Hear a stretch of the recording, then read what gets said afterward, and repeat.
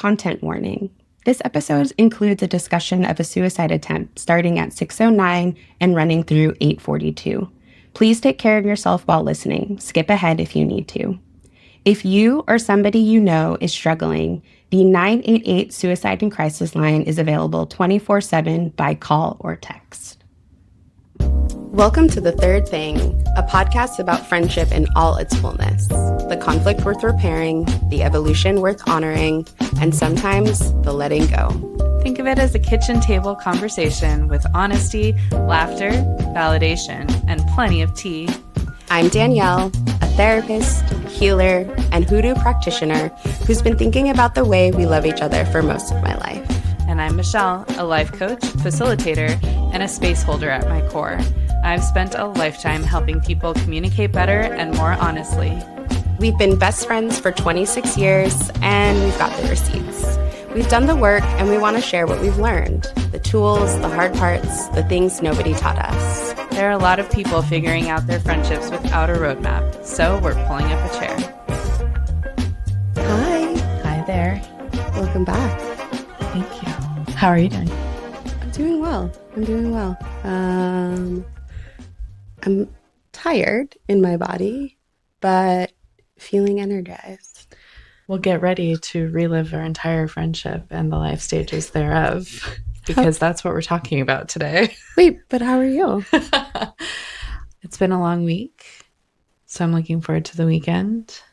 Cheers to the weekend. But I'm happy to be here as always. Yeah.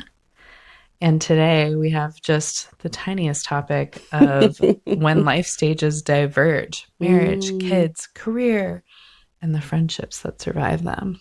I think the thesis that both of us have discussed around this idea of life stages is that for any human, as long as you're growing and evolving, you're not going to be the same person at 25 that you were at age 15 or 35 for that matter.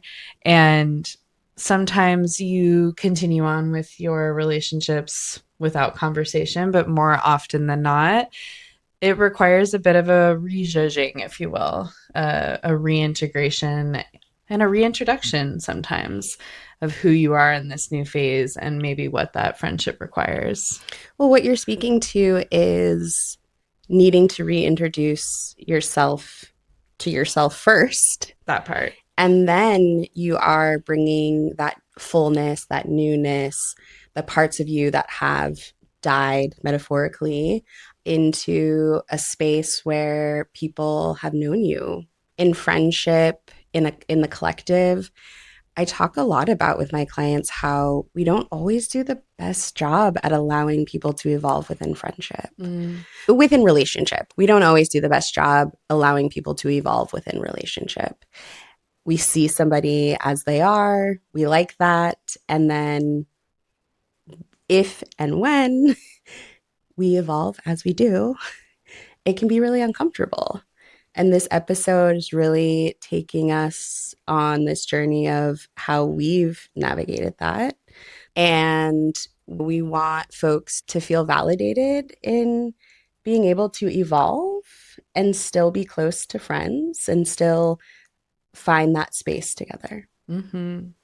And I think life stages, I mentioned marriage, kids, career, which are these sort of big, meaty topics, but it's not always that. Sometimes it's slower, softer, quieter, more internal, but it can have a lasting impact. Yeah. I think it's a good time to talk through some of the ins and outs of our friendship. Yeah. The first one that we have touched on is that we met and became instant friends, instantly close, and started nurturing that. And then you left school. Yeah. And it's not like we talked about it or had a ramp up. It was just like, oh, she's doing this different thing now. And as a young person, I didn't need to be involved in that decision that you made for yourself. And it was that first jolt of, I know what it looks like to have a friendship where we go to the same school. Oof. And so then, okay, I've met this person, we have this connection, and now what? Am I still going to see her? Do we still have things to talk about? What will that look like? And going back to that anxious attachment style, you know, will that serve? Will it be Mm. something that lasts?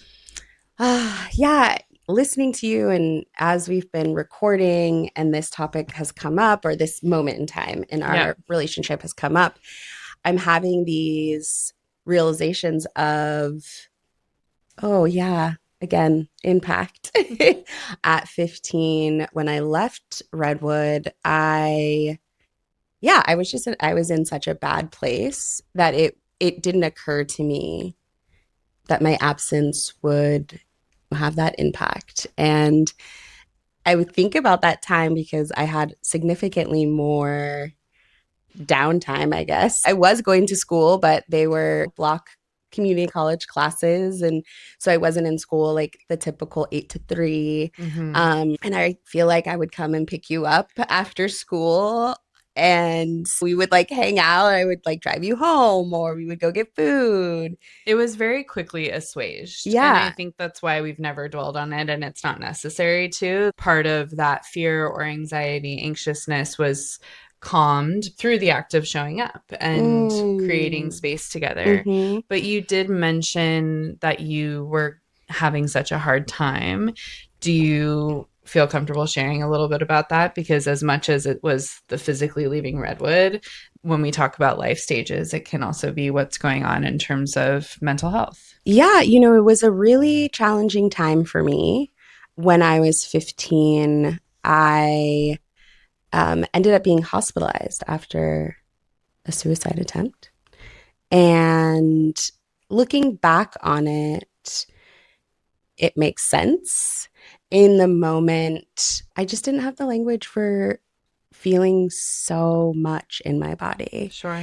The othering, the feeling like I didn't have the things that I needed based on where we grew up. I absolutely was still learning the tools to care for my mental health.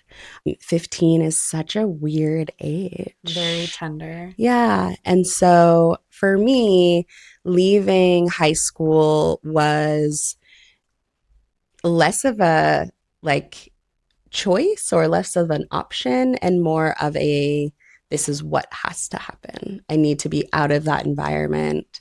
The high school we went to was really challenging for me. It was challenging for me as somebody who felt very different in that space in so many ways. I've mentioned that I have an older brother who really excelled at high school. He really did well in that environment, and I did not. And so there was also the layer of coming in 3 years after he had created a map, a path for his What it younger looks like. and for his younger sister, and teachers saying, "Oh, you're Earl's sister. I'm so excited," because of the way he shows up. And very quickly they figured out that we were different humans. Yes. And so just the layers of racism, fat phobia, I would say misogyny, I would say being a kid in the 90s. Yeah, just that lack of flexibility that it still exists in our education system Yeah, around how to support students that learn in different ways, that show up in different ways. that's such a good point because, yeah, now being 3 years into an adult diagnosis of ADHD, knowing that I've managed anxiety and depression for all of my life, as I say, also being in that environment and probably needing to learn very differently. Yeah. And it's wild because I did excel in college. I did do well once I got the hang of Yeah. it. Yeah. The way that this is sort of mapping in is a being younger and being a bit more self-absorbed as we continue to talk about not having as broad of a concept of others' experiences. I was someone who really thrived inside of that box. Like, give me a multiple choice test, I'm going to be good to go. I can I can do the 8 to 3 and hop in line. And my way of showing up is well served. And yet I really struggled with self-expression and creativity and actually finding my way outside of the box. But all that being said, when it comes to our friendship, I don't think I knew for many years that that's what you were experiencing at that time. As you said, there wasn't quite the language or the same kind of community support around mental health. And I'm not saying that it's so easy now. There's maybe more of an understanding of what that looks like. Mm-hmm. But I think that is where some of the question mark came in, which feels really applicable to so many other life stages, is that A, you don't always know how to talk about it to give your friend context for what you're going through, especially at a young age. As an adult, it's really hard to talk about postpartum depression until you're well past it and can look back at your hormones, your feelings, your emotions, your Mm. behaviors, and put a name or a diagnosis to it to then be able to talk about what that means for your relationship or to ask for help. Yeah. Yeah. So that was one of the first life stage divergences. What comes next? Well, I feel like we finished what would be our junior and senior year. Mm-hmm. You moved to San Diego to start college. I moved to San Francisco. UC San Diego, go Tritons, I guess. I moved to San Francisco and was, yeah, still going to community college. And it felt very much like a college time for me. That's what I look at as my college years. So I wasn't full time enrolled in a dorm. That did really feel like, 18, that 18 to 22. Yeah. And what I really appreciate is that you made the effort to come down to San Diego to meet the friends that I was making there. And that was something really new too. I was very headstrong around going to college. And of course, originally I was like, NYU, get me as far away as possible. And then you sort of realize the logistical implications of moving across the country. But it was my first time living with other people my age, feeling that independence from family. And I really immersed myself in it. And I don't think had ever had to really nurture a long-term relationship in any way. And Mm-mm. so you're getting used to this new lifestyle, you're taking classes, you're making new friends. And so I do appreciate that you came down to visit and Mm-hmm.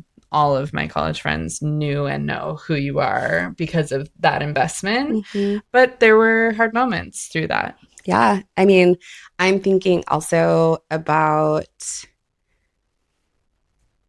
moments where we weren't as close during that time. I think it was easier, maybe, your freshman or sophomore year, because we were coming off the heels of spending so much time together. Right. And then both of us were building in different ways. I moved to Atlanta For a blip. for a blip. Yes. It was a blink and then I was back. But that, I mean, that's time differences. That's just so many things that were converging at that time. I remember Darlene and you were suite mates Yes. and you called her D Money. And I often would get phone calls from you and I would be like, oh, Michelle's calling. And then she'd be like, hey, Wrong D. wrong D. And then I just stopped answering. Oh, it's so hurtful. And thinking about those moments of, right, we talk about those like bids for connection and like being excited and then being like, ooh, yep, Mm-hmm. and just navigating those moments. Also, the frontal cortex not fully Yes, developed. not Like fully we developed. were we were not fully developed humans doing very adult things and really lacking the language to Yes. for me to say like, hey, do you think you could maybe change the name in the phone because it hurts my feelings? And what's underneath that is maybe I miss you. I would like some deeper connection or moments where you're calling me with intention, which absolutely would have made sense and is a really mature request and Yeah. really hard to name. And instead, it kind of shows up as jealousy or anger Mm-hmm. because your needs aren't being met, but also, yeah, the inability to vocalize it. Mm-hmm. And I think what we're landing on here is there's this sort of origination around some divergence with respect to mental health and how that plays Mm-hmm. Mm-hmm. into where we're at in life stages. And then we have some proximity Mm-hmm. based disconnections, Mm-hmm. a bit of parallel drift Mm-hmm. where we're both investing in college, in our education, and kind of building a new life around that. And so, as much as there were those moments of jealousy for me as well, it was also maybe mutually understood that this is a time in our life where it makes sense that we've left the nest and we're investing here. What was also going on behind the scenes is that you were more of a serial monogamist. And I often, whether I was actually in this category or I put myself in this category, felt like a sidekick, like Mm. the third wheel. I was never really in a long term relationship. I had blips here and there, but definitely some. I think it was less jealousy and more around self esteem, Mm-hmm. Mm-hmm. around feeling that I wasn't chosen in that way Mm-hmm. or didn't Mm-hmm. look the way you need to look to be a person that was chosen as a girlfriend or as a Mm-hmm. partner. And so the ways that your own self image or point of view is playing out in a friendship relationship Mm-hmm. too. Mm-hmm. Those I'll mirrors. just give you space to be in your relationship because I don't know what that's like. Mm-hmm. So I'll just stay over here. Mm-hmm. But then again, jumping in when and where I could. Yeah. Yeah. Yeah. It was a time. But what I love is that when I moved back home, we ended up working together We for the did. second time. I forgot to mention, we did Yes. do Oh, yeah. a peer youth group when we were maybe 16 through Yeah. 18, where we did presentations around Marin County, going to sex education classes, talking about being queer allies, presenting with HIV positive speakers around HIV AIDS, doing sheeted stories around sexual Mm-hmm. assault. That's Mm-hmm. where I started to learn more of this language around the Kinsey scale, Mm-hmm. understanding the scale of sexuality, understanding privilege. Mm-hmm. This was, Consent. but it was also where we learned each other's presentation style and that we were really good collaborators. Yeah. Yeah. Yeah. From the beginning, really. I think you invited me into Reach. That sounds right. Yeah. Yeah. Yeah. You had been doing it. Shout out to Renee's Our project. needs project. Yeah. Yeah. So you moved back home. Yay. Promised Congratulations. myself I never would. And I mean, as the global financial crisis yeah. hit right as we graduated college, yeah, I Yeah. had to move It home. was, yeah, completely. And we started working together. We started working together at a restaurant. Yeah, which was delightful. To me, this is like peak, early 20s, messy, So messy. a lot of stamina to do a lot of just ridiculous things, rolling into work after not going to sleep the night before. Um, this to me is like peak, like we're back in it, but we have a little bit more money, a little bit more independence. Mm-hmm. And you had a period of being single too. Yes, So yes. we Mm-hmm. got to while out together. And I Mm-hmm. think that was sort of, if you're looking at that wave, that was definitely like we had the closeness of high school, went away, and then came back together in this Mm-hmm. phase where, again, also really rooting together and gripping each other because of that shared experience of struggle. Yeah. You Yeah. know, granted, we were having so much fun too, but I wouldn't say we were thriving. Oh, no. No. No. Because again, you mentioned it, financial crisis. Yes, global financial and crisis. and like we were already in a lower socioeconomic status than the people in our community, Right. and so just the domino effect of, if there's just less stability across the board, folks with less have less then, Mm-hmm. and so we we made it work, as we do.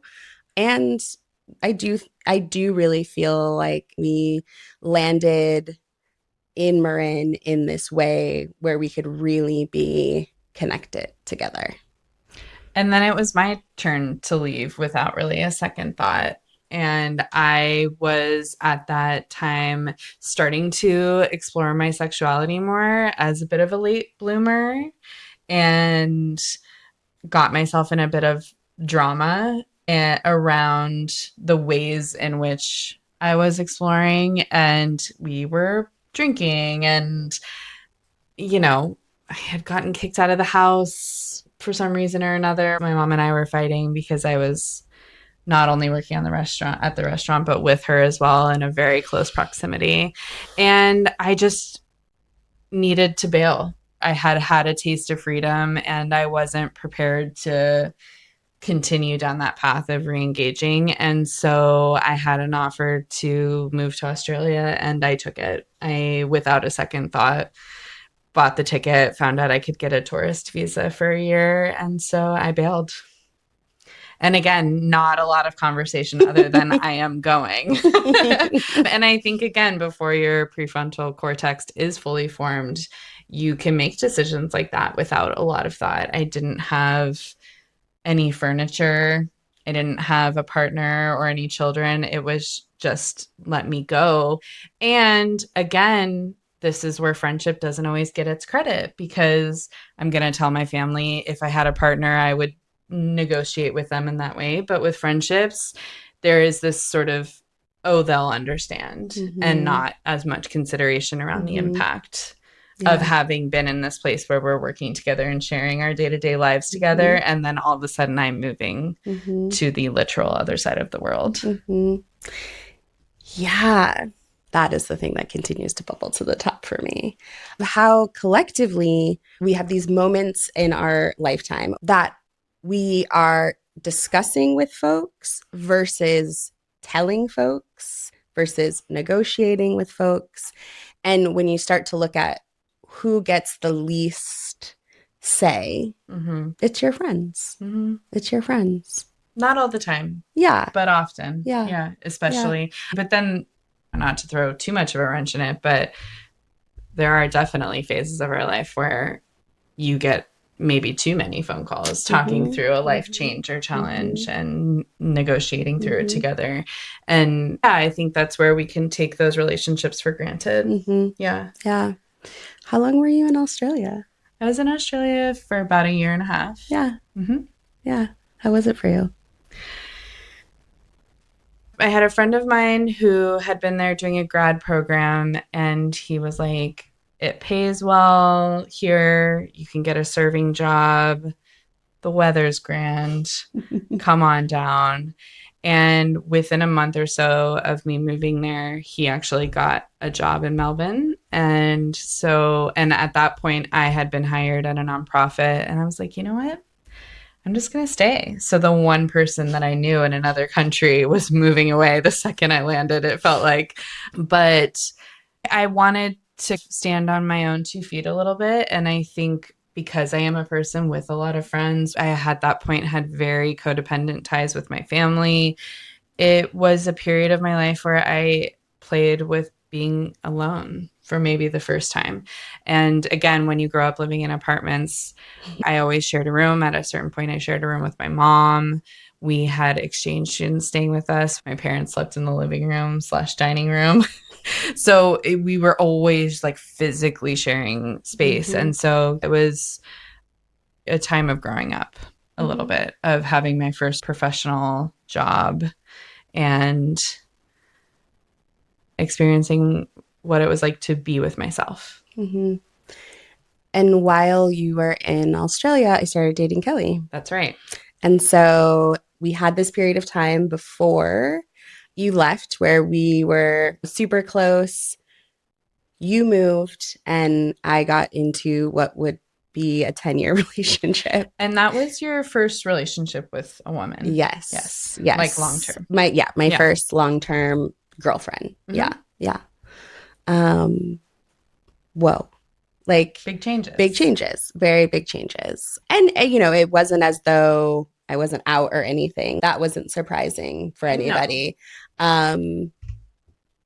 But when you arrived back, life looked very different for us. Mm-hmm.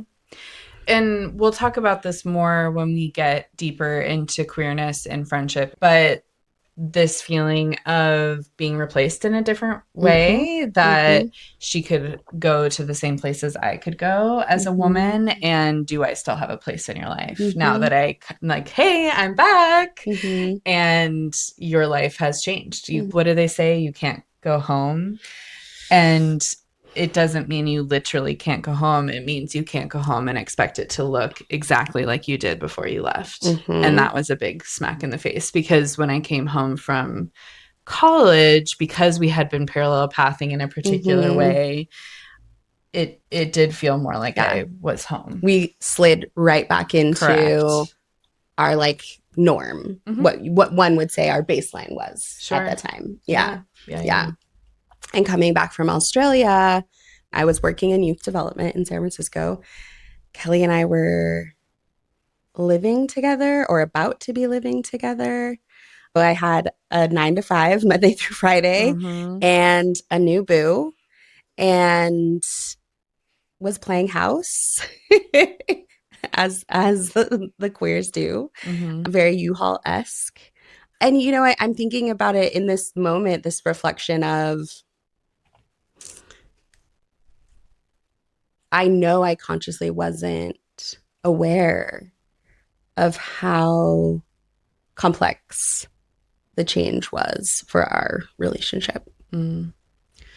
Well, and your previous partner I had grown up with and been in school with since kindergarten. So there was this deep familiarity there. And with your new partner, you had, over the course of a year or more, really solidified this strong relationship, but she wasn't very, let's just say, extroverted. Like I didn't get a chance to get to really know her in the same way. And so to see your best friend be so close to someone who is harder for you to get to know. And Mm-hmm, she was older than us mm-hmm, too, mm-hmm. so probably a little bit of like, okay, children. you know, because when we get together, we're Woo! woo, Fire! yeah, we're still in our 20s. Yeah. Yeah. And so a definite divergence now in terms of relationship structures and Yeah. how that shaped our friendship. And I think what we saw during that period of time in our, let's call it mid to late Yeah. 20s, was a real quiet time in our friendship. We always Absolutely. came back together for birthdays, big Mm-hmm. life moments. We still Mm-hmm. stayed in each other's lives, but I think we deprioritized each other. Yeah. And I was also, I think I was in my girl boss hustle era of I'm moving to San Mm-hmm. Francisco. Mm-hmm. I think I was working 2 or 3 jobs. Mm-hmm. We did end up working together again, though, at another Oh, we did. nonprofit, Yeah. which I will not name. But that was a tough time. wasn't um, wasn't great. but we still were always great working Yeah. together. Yeah. But then when I was 26, I met my partner. Yeah. Yeah, and that was my first time dating a woman. And I Mm-hmm. don't know that I had been as explicit around naming my sexuality to that point. So it actually did surprise many people. Mm-hmm. Um, It didn't surprise it did not me. surprise you. But we had been like hanging out, like we had these Yes, conversations, we had correct. talked about it. And as I've mentioned in the past, I have queer moms. So queerness for me was always just a layer and a Hmm. thread, and it's on the shelf if you need Sure. it. And so I think when you and Ashley started dating, to this day, I wish I had the text message thread that you were texting me the first time that y'all met, because it was very Mm, sweet and very cute. And you were very like in your feelings, but trying hmm. to play it cool. Yeah. Well, and my relationships with men leading up to that were just very transactional, Mm-hmm. very gray area, not horrible, negative, not incredibly positive either. Just kind of a means to an end. And I was really more focused on my friendships and my family and work, and romantic relationship never really felt for me until I met Ashley. And then Mm-hmm. it was a really sweet click. And I started to really understand the sort of all consuming nature of falling in love and wanting to spend so much time with that person who at the time she lived an hour away. Mm-hmm. And so I think that deepened our divide in some ways, Absolutely. because this was your first time seeing me in Yep. relationship. Yep. And it's interesting too because that period of time feels like very much a we don't see each other. Mm-hmm. And we weren't like, oh, I'll call you while I'm driving to Monterey, Mm-mm. or let's figure out a time for us to check in or anything. We were both deeply in our lesbianic. Playing house. Yeah. Yeah. And that's what that time was for sure. Dare I say you were a bit more vocal about not being thrilled about loving Ashley? I mean, dare we say I often say the things that are in my head out loud. Yeah. What's Um, funny though is I really didn't make an effort to help with that. I just, mm, it was oh, some some avoidance avoidance. for me. Yeah. I think there was some trust that we would figure it out, Oh, maybe. yeah. Okay. I love that. But I think I also, not I think, I did not have the emotional capacity at Mm-hmm. that time to Mm-hmm. navigate making that work Mm-hmm. because of where I was at just professionally Mm-hmm. too, of Mm-hmm. working multiple jobs and having Yeah. very little time. No It time. was not a priority to Yeah. navigate. And because you and I had navigated so much, even up Mm-hmm. to that point, I think there was a trust that it would work Mm-hmm. out. But I really had no framework for that. Mm-hmm. I'd never seen any of our friends navigate that in Mm-mm. a way that made sense, or parents or anything. Well, I think you're also speaking to, so at that point, we had been friends for about 10, 11 years.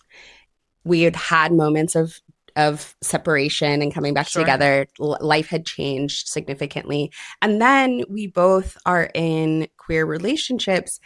And like we were the bestest of friends. Mm-hmm. We were in a relationship. Mm-hmm. We About that often. yeah, Yeah. like if we weren't together, we were on the phone making plans to get Correct. together. Correct. We've talked about periods of time where we've worked together, where we did have some enmeshment. And yeah, and codependency for sure. Yeah, and I think what you're speaking to, not having that language, was the hurt, the jealousy, the I'm confused Confused. about like why I feel this way. Mm-hmm. There's love is a pie, right? That very much love is a pie. And I want to dovetail off of the confusion of like, I only know our relationship to really look one way when we're in physical proximity. And Such a good then point. maybe it looks a different way when we're physically apart. Mm-hmm. But now we're back in physical proximity, but it doesn't look like it used to. No. And so are we still even friends? Mm-hmm. And I Mm-hmm. think that's something that a number of times in our lives we grappled with. And what's so interesting about friendship and these tools is it can very much be something that changes based on your age and emotional maturity, Mm-hmm. but also just sheer capacity to Mm-hmm. navigate Mm-hmm. the emotional wreckage of a relationship changing. Yeah. Yeah. Yeah. And then I think we sort of enter in this latest Yeah. That we've phase been in. where, thank God, you and Ashley did navigate becoming close. And what I want to mention here and not trivialize it is the power of a shared interest. Absolutely. Ashley and Danyelle both love football, and I've been subject to so many football Sundays of at a bar, at a friend's house. At And your listen, house. I like a game, one game. I do not need to watch hours upon hours of football.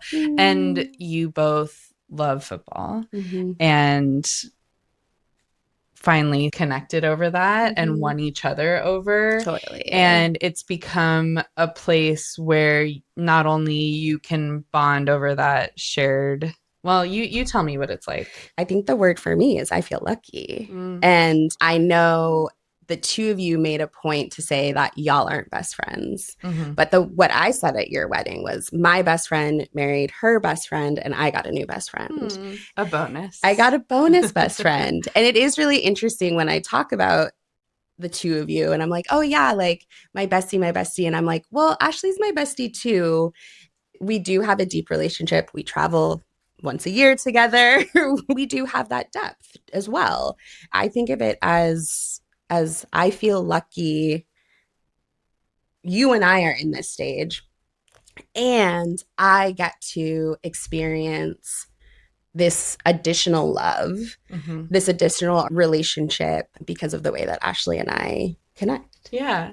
And to put a finer point on the sports piece, I think this is often gendered around men who won't say, "Hey buddy, do you want to just hang out today and just sit and chat?" Like that's not as much a part of the lexicon, but that sitting and watching a game together offers downtime and the commercials are on and now we're actually checking in with each Yeah. other, and I think it offered you both a safe way to ease into connection and getting to know each other, and Yes. without me, thank Yeah. God, because I am so glad. And of course, there are moments where I joined in on the trip to London because as if you're going abroad without me. However, I do love that you guys visit a new stadium every year and get to build on your friendship together because it only creates more richness for me and also a load off so that I don't have to be everything for my partner. Mm-hmm. Mm-hmm. So thank you for that. But I want to touch on one moment that I think was a big shift for us, where we did finally have a conversation about where we were at in our friendship. And you and I often talk about how we each remember different things so vividly. And you're like, God, I don't remember that. So for me, I remember you coming over to work on a grad school application, and we had been in a bit of a sticky point where we hadn't been connecting as much. Things were really busy. I was very in my relationship with Ashley, and I knew we weren't on 100% solid footing, but you had to get this application in. So you came over, we sat on the couch for 3 or 4 hours, and it was such a moment for our friendship to shine because I got to uplift you, and you had been talking about yourself in this application and the essay.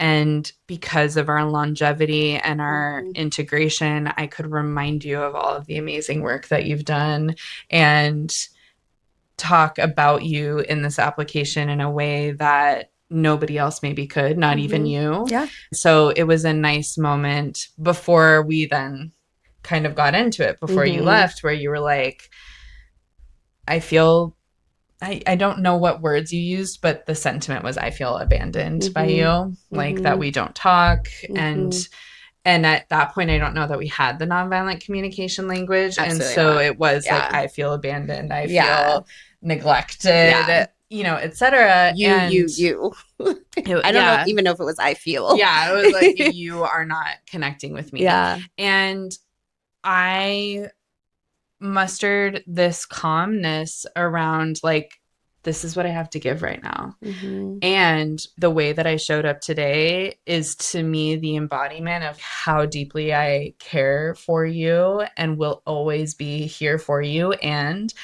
I actually can't have a weekly phone call. Like Mm-hmm. that's not the place that I am at Yeah. in my career, in my Mm-hmm. relationship. And but I still love you. Yeah. And to your credit, you gave me that grace to be in this busy place. And I actually don't know what your process looked like on the other side. But I feel like ever since we had that conversation, there's been so much more breathing room. And we have come back together around weekly, daily phone calls sometimes. But that I felt like you really heard me, that that love isn't going anywhere, Mm. even when I'm not in a place to show up with frequency. Yeah. So, what I will say is, I love this so much because we're hitting on all of the things we've talked about Yeah. leading up to this Yeah. episode, right? Although we didn't have the frameworks that we have now, yeah, what I was asking you was for more. That was my request. Mm-hmm. And you got to meet me where you were.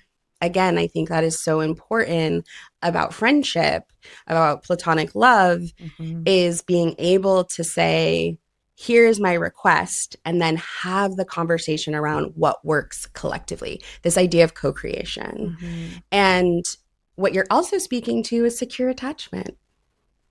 You're really speaking to being in a point in our relationship where we are not on top of each other. We're not doing things daily. We are separately building a life. Mm-hmm. I was getting ready to move to LA for grad program.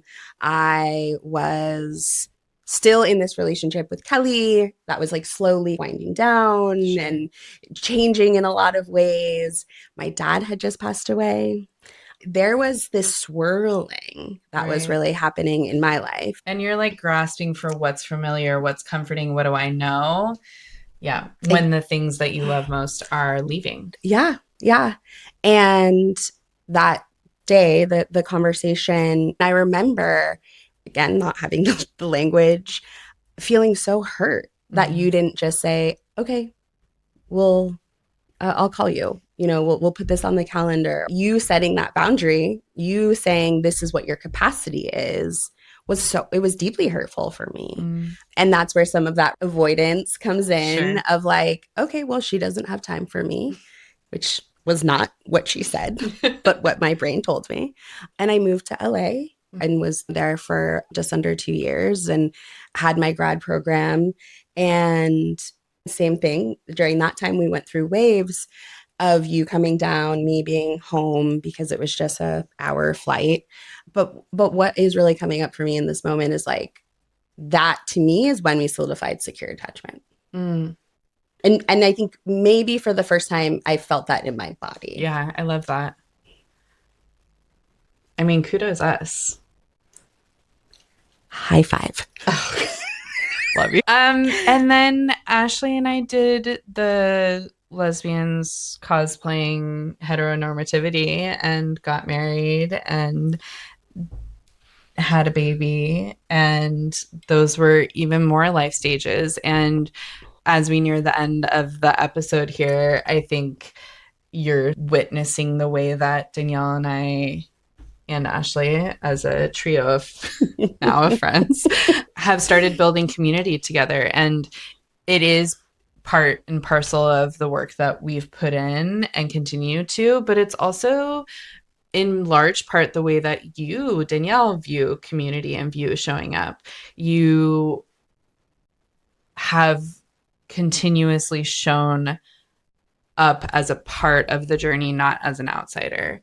And yes, we've invited you in, but you also don't let it go too long without saying, I actually want to spend time with Billy. It's not about like, do you need a sitter or do you need help? It's like, I want to have my own relationship Mm-hmm. with your kiddo. Mm-hmm. And it's been so comforting and such a relief because it's also allowed for Ashley and I to continue to cultivate our relationship as partners so that we can be good parents. Mm-hmm. And because that trust exists where we look at you almost as a third parent or a Mm-hmm. person who can stand in that way where there's trust, there's comfort, and we don't have to worry about what's happening when we step away. But it's less about a babysitter, more about knowing that you're building that relationship as a part of our family. And so I think as much as we talked about transitions being something that often separates us, this one feels like one, well, I suppose it does need to be named that you were not thrilled about us getting pregnant just a year after we got married. You were like, why are you rushing into this? Enjoy your marriage. And I was like, girl, I am 35. The clock's ticking, geriatric. So rude. Yes, but that was a blip. Yes. And I think more than anything, the transition of having a child has continued to bring us closer. Yeah. And I will say, I think, and maybe, I'm again reflecting in the moment, maybe even more reason why I was like, I'm going to show the fuck up. Sure, I will not be Because, left behind. well, but like also, Yeah, I didn't want the two of you to not be able to continue to enjoy the love that you had been sure. building. And, that's just me inserting myself into your relationship. Welcome. um, and like, there's not a world in my, my head and my brain and this realm and beyond that your kid didn't see me as a bonus parent, a Yes. bonus or auntie with a capital A. Mm-hmm. Yeah, there's just not a world in which that would happen. And I think to your point, it is the way that I see community. It's specifically the way that I see raising children. Yeah. And I feel so lucky. I'm the third person on the school call list. Every time. I mean, It's a big deal. it is a big Yeah, deal. it's a big deal for me. It's a really big deal, and I don't take it lightly, and adore her so much. As we near the end of this, what I think is really important to name is it's possible. Mm. It is possible, period. Return, new paragraph.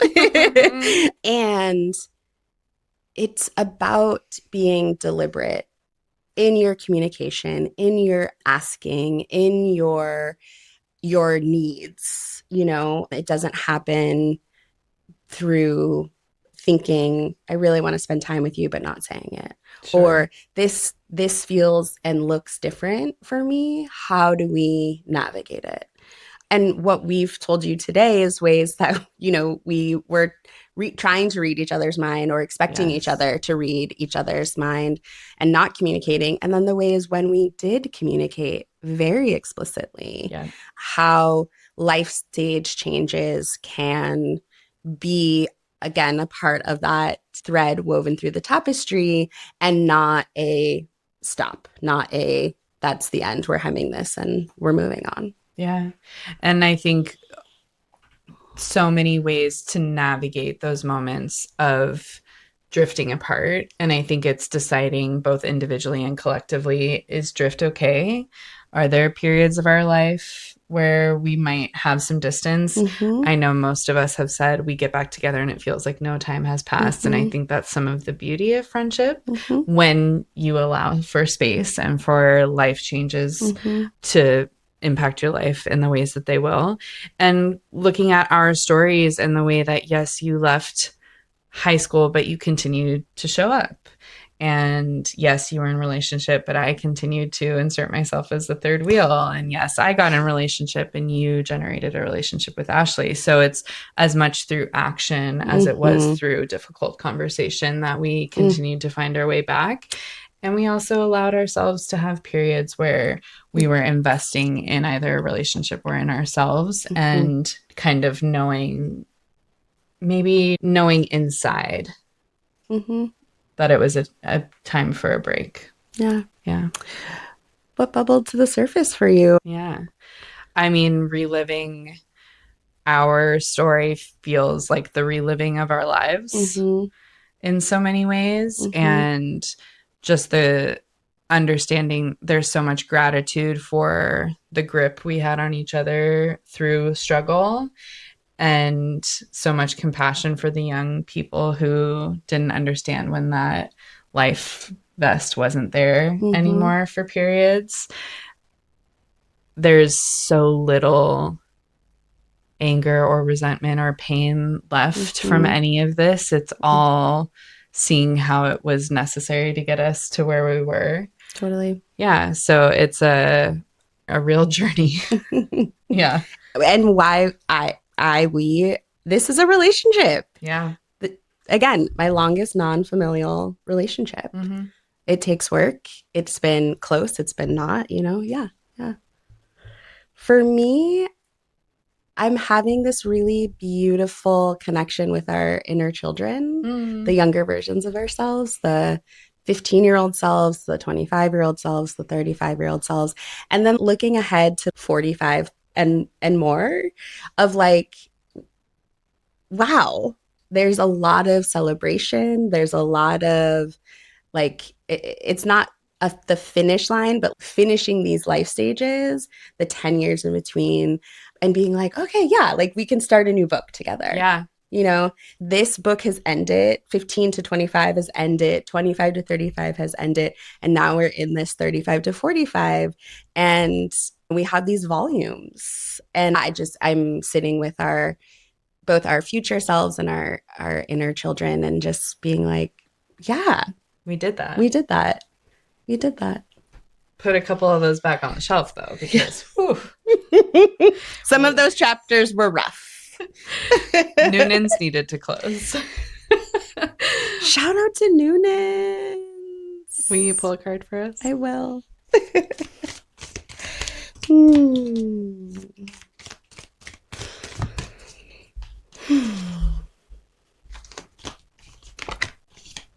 Ooh, I love this. Mm. All right, we're getting two. So we've got the Knight of Swords and the Fool, bottom of the deck. The Knight of Swords is this really beautiful card about being on a journey. And I love this as we're talking about our friendship in life stages and 10-year blocks of these volumes. To me, night energy is very much 18 to 30 energy. Mm. And as I think about our relationship, there is something about it being in that kind of like stage of life, not obviously in age itself, but that ripening of like, okay, we're figuring it out. We're in a flow and, we're not in elementary school falling down and not knowing what to do. The thing that's really important about the Knight of Swords is not getting so caught up on the destination that you forget about the journey. And when I think about life stages diverging, as a society, we do often focus on what is at the end, what is at the top of the mountain. And what the Knight of Swords is inviting is on that journey. Be open to slowing down, be open to rest stops. The journey is just as important as the destination, and the destination often changes. Use your head, be clear-minded, allow your life experience and your wisdom to guide you. Charge in with intention. And then I had to pull the bottom of the deck because it is another major card. Wild. And we've got the Fool. And to me, this is just really beautiful, I think, for our story. I feel like this is a little bit of a pull for us, but also for the collective around take the leap. Know that you can step off the cliff and allow yourself to be in a little bit of spontaneity, be in a little bit of unknowing what's at the bottom, but trusting that you will be caught. And to me, what this is deeply connecting to is like, trust that when there's those moments of divergence, when there are those moments of maybe feeling less close, that you will come back together. You will come back together because for us, I do feel like this is always the beginning of our journey. We might not always be at the same place, but we always come back there. And so to me, the Fool very much represents this idea of trust. So I think the invitation for you listening is to take inventory of your friendships and what phase are they in. Is there a moment to check in, to reconnect, or are you in a period of grace for a life transition that you might be going through and knowing that you'll come back together on the other side? Yeah. Let yourself have that breathing room. Let your beloveds have that breathing room and trust. See you next week. Bye. If today's episode meant something to you, share it with a friend. Find us on Instagram at The Third Thing Pod, and everything we're building lives at www.thethirdthingpod.com. Episode notes, our workbooks, all of it. And if you're ready to go deeper, real community, monthly events, early access, and to join the group chat, we're on Patreon. The link is in the show notes. If you're loving the show, a rating and review genuinely helps more people find us. It takes 2 minutes and it means everything.